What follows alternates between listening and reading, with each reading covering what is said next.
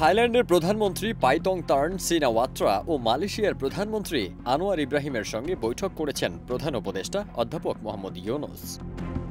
প্রধান উপদেষ্টার press wing জানায়, গত ২১ জানুয়ারি সুইজারল্যান্ডের দাভোসে ওয়ার্ল্ড ইকোনমিক ফোরাম WEF এর সম্মেলনের ফাঁকে তাদের সঙ্গে বৈঠক করেন ড মোহাম্মদ ইউনুস।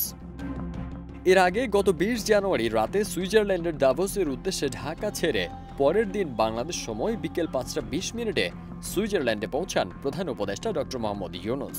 এ সময় সুইজারল্যান্ডে বাংলাদেশের স্থায়ী প্রতিনিধি তারেক মোহাম্মদ আরিফুল ইসলাম তাকে স্বাগত জানান। ৪ দিনের সরকারি সফর শেষে আগামী ২৫ জানুয়ারি প্রধান উপদেষ্টার দেশে ফেরার কথা রয়েছে।